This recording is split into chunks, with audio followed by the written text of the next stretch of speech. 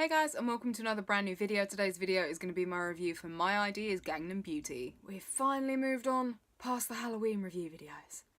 As far as first impressions go, the first episode was kind of slow, nothing much really happened. We were just kind of getting introduced to the characters and getting to know them a little bit, and I was kind of intrigued to see where the show was going to go, and I've been told it was cute and fluffy, which wasn't entirely wrong.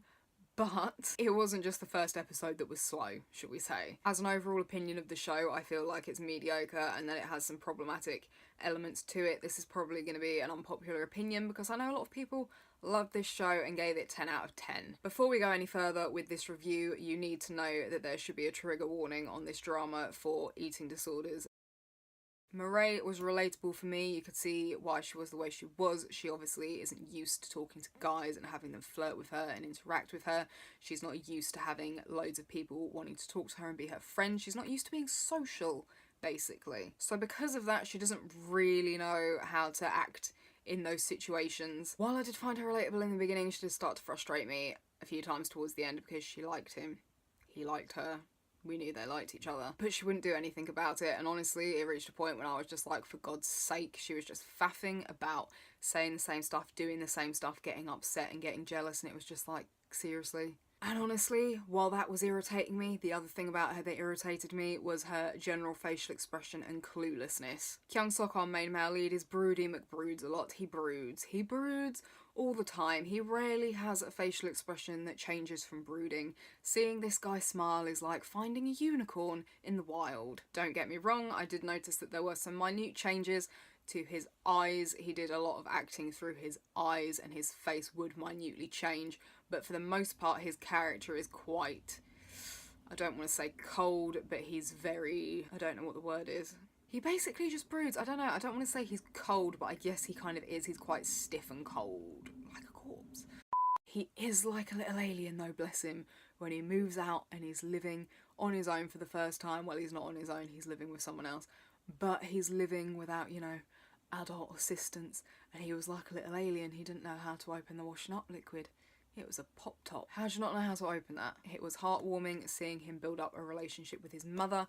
I liked him kind of building up a friendship, or at least a bond, with Woo Young as they lived together. I liked that he was determined to carry on living with Woo Young and working to earn the money. I liked that aspect because, you know, he could have just been a spoiled brat, but he wasn't. He was also kind of sweet when he wanted to be, I do have to admit that, but I did get really bored of hearing how good looking he was multiple times an episode. Like, yes, I understand, he's good looking, I have eyes. As for our second male lead, Woo Young, he was quite sweet. He seemed to be a really good sunbae to the others. He looked out for them. He was there for them. I really liked how he looked out for Kyung-sok and kind of took him in and took him under his wing and kind of helped him adapt to adult life. I didn't really ship he and our female lead, and that's kind of all I can really say about him, to be honest. I have to mention Sua. Maybe it's because I'm jaded, but the first time we saw her on screen, I was like, wow, you're gonna be such a bitch.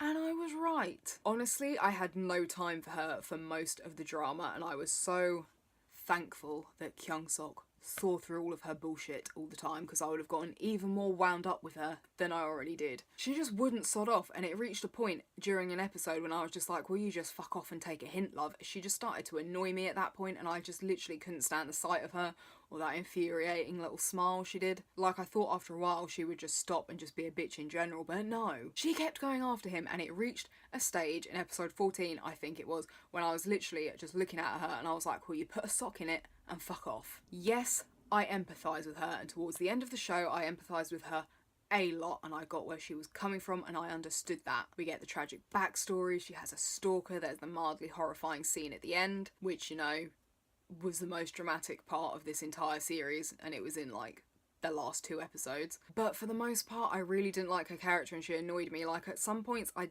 was kind of torn, and I did think that she was doing some things to look out for Mireille, but then I realised no, she was just a bitch. You could, however, say that she was more interesting than our main character, and I do feel like her acting was better than the main female leads, I'm not gonna lie. I liked the variety of the different characters we have and the different crap they had to deal with. A lot of them were very, very relatable. A lot of them did bring some fun to the story, but there are a lot of male characters that were just complete trash in my opinion, and I was just like, why am I having to watch you? As for the plot, it's not that deep. They're at college. She's having to adjust to her new pretty face. There's the bitchy girl who's two-faced and a complete snake and is setting all of this shit up. There's the romance. It's not long before the nastiness starts from various different people who have an issue with the fact that she's had plastic surgery. You have the male lead figuring his life out after he moves out. You have the whole situation with his sister and then with his dad and then with his mum. And that's basically it, I think. I will say that this show does tackle some things that I have not seen tackled in a drama before. It tackles suicide, eating disorders, it tackles plastic surgery, it also tackles toxic masculinity. You have the whole thing with Kyung-sok being told by his father that he shouldn't cry because it's weak for a man to cry, which, you know, kind of explains his overall emotionless self, I guess. You see the boys telling the girls to grow their hair long and to smile more so they'll be prettier and so they can get boyfriends. I found it really interesting that they chose to tackle it and to see how they handled it.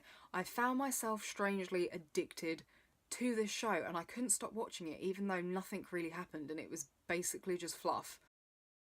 As for the romance, it's sweet, it's fluffy, they become friends first, they have plenty of cute moments, it's cliche as fuck, but it's cute. However, I wasn't feeling the chemistry between the two of them, I'm not gonna lie. Thing is, Kyung-suk doesn't really talk, so I was side-eyeing the romance, kind of wondering exactly how it did develop when he doesn't talk all that much. I did enjoy a few of the other pairings though, and I was sad that they kind of only got resolved at the end and we didn't get to see more of them, because there were some really brilliant ones that I think would have helped spice up the show a bit more.